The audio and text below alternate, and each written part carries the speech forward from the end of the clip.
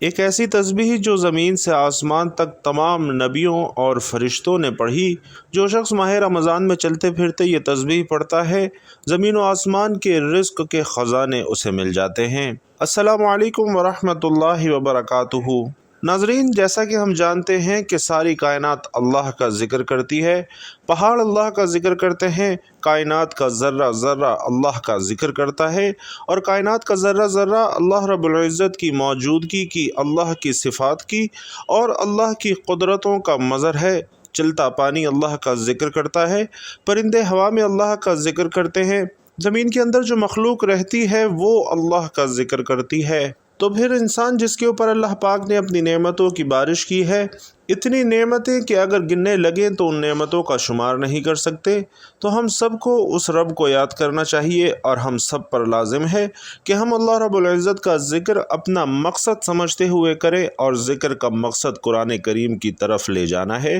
ذکر میں خشوع اور خضوع آ گیا تو انشاءاللہ جب قرآن کریم کی تلاوت کریں گے تو پھر دل قرآن کی تلاوت میں خوش ہوگا اور اللہ کی شان یاد آ جائے گی۔ ناظرین، حضرت اکرمہ رضی اللہ تعالی عنہ جو کہ ابو جہل کے بیٹے تھے لیکن صحابی رسول تھے، جب قرآن کی تلاوت کرتے تھے تو قرآن پر گر جاتے تھے اور آنسوؤں کی لڑیاں جاری ہو جاتی تھیں، اور فرماتے تھے کہ یہ میرے رب کا کلام ہے، یہ میرے رب کا کلام ہے۔ ناظرین، قرآن کی ایسی تلاوت کریں، رب العزت فرماتے ہیں بس تم میرا ذکر کرو، میں تمہارا ذکر کروں گا، تم میرا شکر ادا کرو اور کفران نعمت نہ کرو۔ اللہ رب العزت کتنے کریم ہیں، فرماتے ہیں کہ میرا ذکر کرو تو میں بھی تمہارا ذکر کروں گا۔ حالانکہ ناظرین، وہ تو رب ہے، صمد ہے، بے نیاز ہے، بادشاہ ہے۔ اور پھر حدیث قدسی کا مفہوم ہے کہ اللہ پاک فرماتے ہیں کہ جس حالت میں میرا ذکر کرو گے، جس انداز میں، جس ماحول میں، اسی ماحول میں تمہارا ذکر کروں گا۔ اگر تم اپنے دل میں یعنی ذکر قلبی کرو گے تو مجھے اپنے دل میں یاد کرو گے، تو میں بھی اسی ترتیب سے تمہیں یاد کروں گا، اور اگر مجمع میں میرا ذکر کرو گے، انسانوں میں، میرے بندوں میں، تو میں بھی مجمع میں تمہارا ذکر کروں گا۔ اور وہ مجمع نورانی مخلوق کا مجمع ہے، وہ فرشتوں کا مجمع ہے جو اللہ پاک کا ہر حکم ہر گھڑی پورا کرتے ہیں، اور نورانی مخلوق ہیں، نہ کھاتے ہیں نہ پیتے ہیں۔ تو اللہ رب العزت اتنا کریم ہے کہ وہ ہمارا ذکر اس مخلوق میں کرتے ہیں۔ محترم ناظرین، آج ایک وظیفہ آپ کو بتا رہا ہوں کہ جس کو کرنے سے آپ کے لیے رزق کے دروازے کھل جائیں گے۔ یہ وظیفہ آپ ماہ رمضان میں کسی بھی وقت کر لیں۔ یہ وظیفہ آپ نے رات کو سونے سے پہلے کرنا ہے۔ جب بھی آپ رات کو سوئیں گے تو یہ عمل کر کے سونا ہے۔ بس یہ وظیفہ پڑھیں، اب جب مرضی سوئیں، کوئی مسئلہ نہیں ہے۔ ماہ رمضان میں چلتے پھرتے یہ وظیفہ کسی بھی وقت پڑھ سکتے ہیں، بہت آسان سا عمل ہے، معجزات دکھانے والا عمل ہے، غیبی دولت کو فوری طور پر اپنے پاس لانے والا عمل ہے۔ ایسا عمل ہے کہ یہ رات کو لوگوں نے وظیفہ پڑھا اور صبح مالا مال ہو گئے، دولت کی برسات ہو گئی، دولت کی بارش ہو گئی۔ مختصراً آپ یوں سمجھ لیجئے کہ یہ وظیفہ دولت کا بادشاہ وظیفہ ہے۔ اپنی زندگی میں جو بہن بھائی کہتے ہیں کہ ہمیں غیبی پیسہ چاہیے، غیبی دولت چاہیے، فوری طور پر چاہیے، تو یہ وظیفہ آج ان تمام بہن بھائیوں کے لیے ہے۔ ناظرین کرام، اب سوال یہ پیدا ہوتا ہے کہ اسلامی معاشرے میں معیشت کا یہ معیار ہر انسان کو کیسے حاصل ہو، اور اسلام نے اس سلسلے میں کون سے ذرائع اور وسائل اختیار کرنے کا حکم دیا ہے۔ اور اس سوال کا جواب یہ ہے کہ اسلام نے انسان کی معاشی حالت کو بہتر بنانے کے لیے وسائل اختیار کرنے کی ترغیب دی ہے، اور اسلامی سوسائٹی میں ہر شخص سے یہ مطالبہ کیا جاتا ہے کہ وہ کوئی نہ کوئی کام کرے، اور اسے حکم ہے کہ وہ روئے زمین پر چلے بھی رہے اور اللہ کا دیا ہوا رزق کھائے، جیسا کہ ارشاد باری تعالی ہے کہ وہی ہے جس نے تمہارے لیے زمین کو نرم اور گداز کر دیا، تو تم اس کے راستوں پر چلو پھرو اور اس کے دیے ہوئے رزق میں سے کھاؤ۔ اس کے ساتھ ہی ساتھ کچھ روحانی وسائل بھی ہیں، اور سورۃ الملک فقر و فاقہ سے نمٹنے کے لیے پہلا ہتھیار ہے، اصول مال کے لیے پہلا ذریعہ ہے، اور اس زمین کو آباد کرنے کے لیے بنیادی عنصر کی حیثیت رکھتا ہے، جس میں اللہ نے اپنے انسان کو خلافت کا شرف بخشا اور اس کو حکم دیا کہ وہ زمین کو آباد کرے۔ حضرت صالح علیہ السلام اپنی قوم سے مخاطب ہو کر کہتے ہیں کہ میری قوم کے لوگوں، اللہ کی بندگی کرو، اس کے سوا تمہارا کوئی خدا نہیں ہے، وہی ہے جس نے تم کو زمین سے پیدا کیا اور یہاں تم کو بسایا، خود اسلام نے ہر مسلمان کے لیے ہر کام کے دروازے کھلے رکھے ہیں اور ہر شخص جس کام کی صلاحیت رکھتا ہو وہ اسے اختیار کر سکتا ہے۔ کوئی مقررہ کام کرنا اس پر فرض نہیں، علاوہ یہ کہ سوسائٹی کی بہتری کے لیے اس کے سپرد کوئی خاص کام کر دیا جائے۔ البتہ اسلام ان پیشوں کو اختیار کرنے سے روکتا ہے جو فرد اور معاشرے دونوں کے لیے نقصان دہ ہوں۔ اسلامی نظام کے زیر سایہ رہ کر کوئی محنت کرنے والا اپنی محنت کے معاوضے اور کوشش کے ثمر سے محروم نہیں رکھا جاتا، بلکہ مزدور کی مزدوری اس کا پسینہ خشک ہونے سے پہلے ہی بلا کم و بیش ادا کرنے کا حکم ہے، کیونکہ اگر وہ مزدور کی مزدوری نہیں دی جائے گی جس کا وہ مستحق ہے تو یہ اس پر ظلم ہوگا، اور ظلم کو اسلام میں قطعاً حرام قرار دیا گیا ہے۔ اور اسلامی نظام میں اس بات پر بھی کوئی قدغن نہیں کسی محنت کرنے والے کے پاس حلال طریقے سے کمائی ہوئی دولت اتنی ہو جائے اسے وہ جمع کرے جس سے وہ منقولہ یا پھر غیر منقولہ جائیداد خرید سکے اور اپنے معیار زندگی کو بلند کر سکے، یا اس سے بیمار اور بڑھاپے کے ایام میں فائدہ اٹھا سکے، اولاد اس کے مرنے کے بعد اس سے فائدہ اٹھا سکتی ہے۔ اسلام نے ان تمام نفسیاتی اسباب اور عملی رکاوٹوں پر بحث کی ہے جو لوگوں کو جد و جہد سے روکتی ہے۔ بعض لوگ توکل علی اللہ کا دعویٰ کر کے جد و جہد سے بالکل فارغ ہو کر بیٹھ جاتے ہیں اور اس انتظار میں رہتے ہیں کہ اللہ تعالیٰ ان کے لیے آسمان سے رزق اتارے گا اور وہ کھائیں گے۔ ایسے متولی نے اسلام کو سمجھنے میں لغزش دکھائی ہے، کیونکہ اللہ تعالیٰ جد و جہد کے عمل کے منافی نہیں، بلکہ مسلمان کا وتیرہ تو اس سلسلے میں یہ ہونا چاہیے جو نبی پاک صلی اللہ علیہ وسلم نے ایک بدو سے فرمایا جس نے اللہ پر توکل کرتے ہوئے اپنی اونٹنی کو کھلا چھوڑ دیا تھا۔ آپ صلی اللہ علیہ وسلم نے اس سے فرمایا کہ پہلے اونٹنی کو باندھو اور پھر اللہ پر توکل کرو۔ حضور پاک صلی اللہ علیہ وسلم کی اس حدیث سے استدلال کرتے ہیں جس میں آپ صلی اللہ علیہ وسلم نے فرمایا کہ اگر تم اللہ پر کامل یقین کرو تو وہ تمہیں اس طرح سے رزق عطا فرمائے گا جس طرح کے ان پرندوں کو دیا جاتا ہے جو کہ صبح کے وقت خالی پیٹ نکلتے ہیں لیکن شام کو شکم سیر ہو کر اپنے گھونسلوں میں واپس آتے ہیں۔ مگر ناظرین، انہوں نے اس حدیث کو سمجھنے میں غلطی کی ہے۔ حدیث شریف میں یہ نہیں کہا گیا کہ پرندے گھونسلے میں ہی بیٹھے رہتے ہیں اور پھر خدا ان کو وہاں رزق پہنچاتا ہے، بلکہ یہ فرمایا گیا ہے کہ جس طرح پرندے خدائی زمین سے رزق حاصل کرنے کے لیے نکلتے ہیں اور پیٹ بھر کر واپس آتے ہیں، اسی طرح تم بھی نکلو،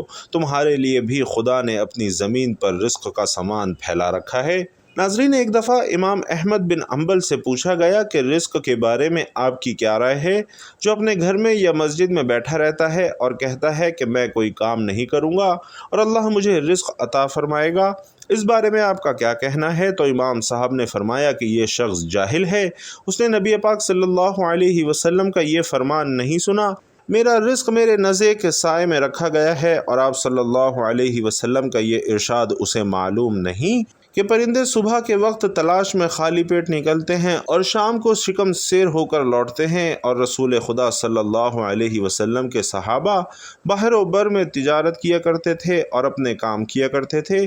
ان کا عمل ہمارے لیے نمونہ ہے۔ انسان اور کائنات کی تخلیق میں اللہ کی سنت کا تقاضا یہ ہے کہ روئے زمین پر انسان اور دیگر مخلوقات اپنی خوراک اور دیگر سامان زیست کوشش اور محنت سے حاصل کریں، تبھی تو اللہ تعالیٰ نے قرآن مجید میں فرمایا ہے کہ زمین کے اطراف میں پھرو اور اللہ کا عطا کردہ رزق کھاؤ۔ ایک اور جگہ قرآن پاک میں ارشاد ہوا ہے، بس جب نماز ادا کر چکے ہو تو زمین میں پھیل جاؤ اور اللہ کا فضل تلاش کرو۔ ایک مرتبہ کچھ لوگ توکل کا دعویٰ کر کے نماز کے بعد مسجد میں بیٹھے ہوئے تھے کہ آپ رضی اللہ تعالیٰ عنہ ناراض ہوئے اور کہا کہ کوئی شخص رزق کی کوشش ترک کر کے خدا سے یہ دعا نہ کرے کہ اللہ مجھے روزی دے، حالانکہ وہ جانتا ہے کہ آسمان سے سونے اور چاندی کی بارش نہیں ہوتی، اور اللہ تعالیٰ قرآن مجید میں فرماتا ہے کہ جب نماز ادا کر چکے ہو تو زمین میں پھیل جاؤ اور اللہ کا فضل یعنی کہ روزی تلاش کرو۔ ناظرین، اسلام چونکہ کامل اور مکمل نظام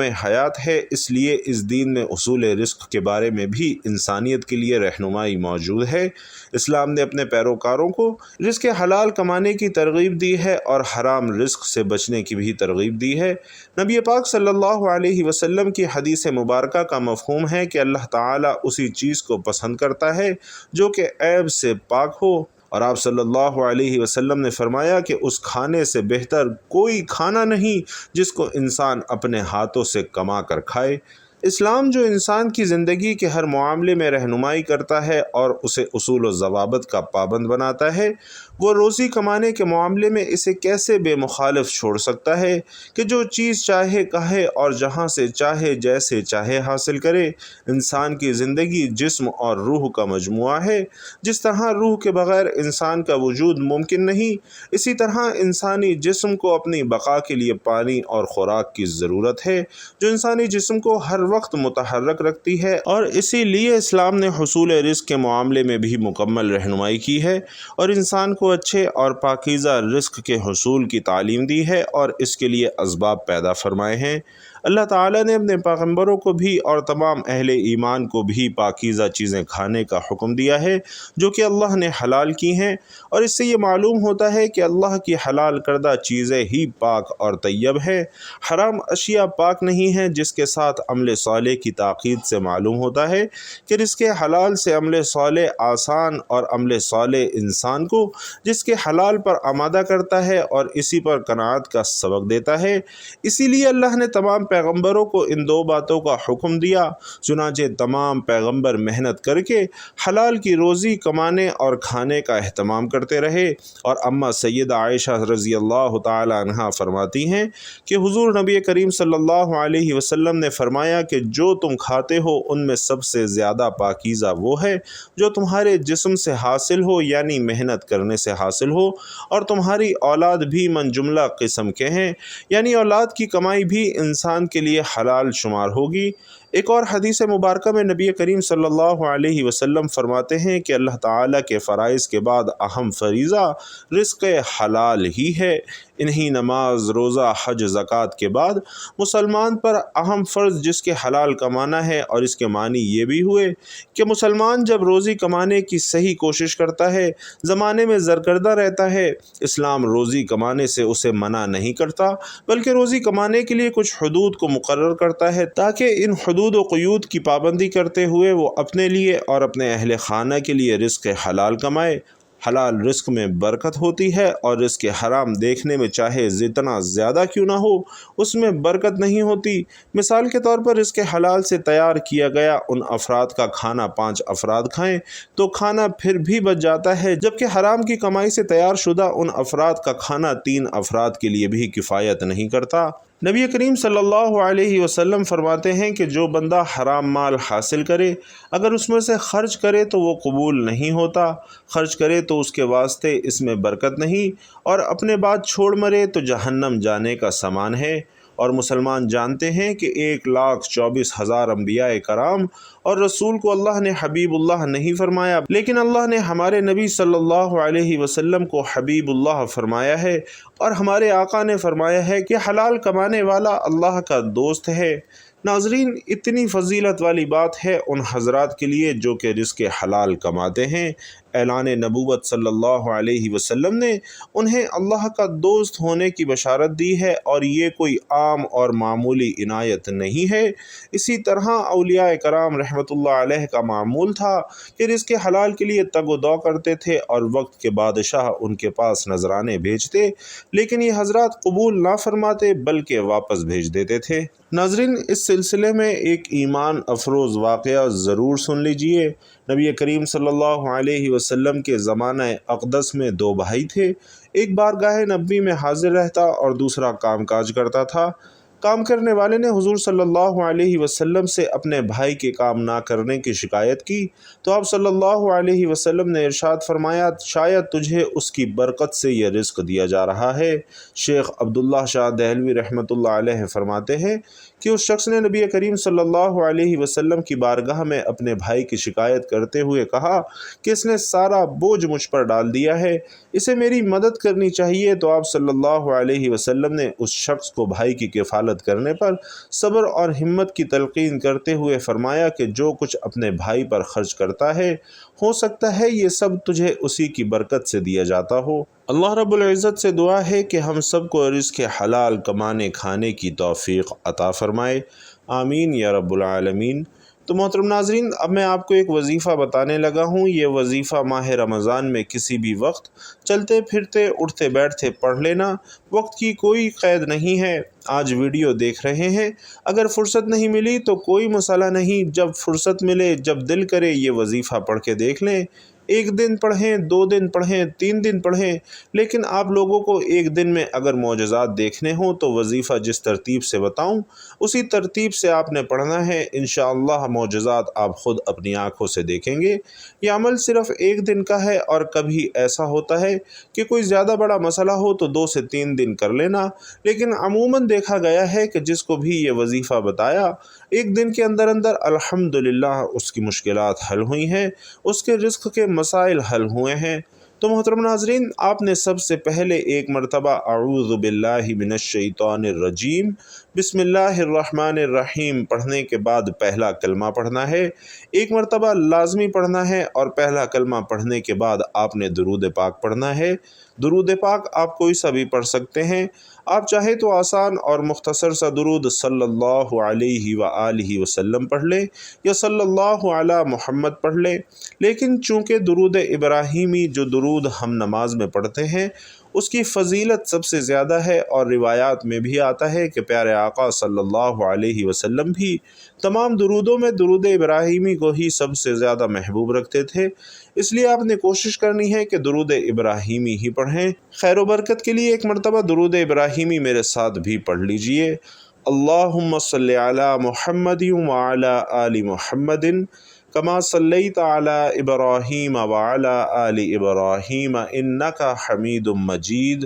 اللہم بارک علی محمد وعلی آل محمد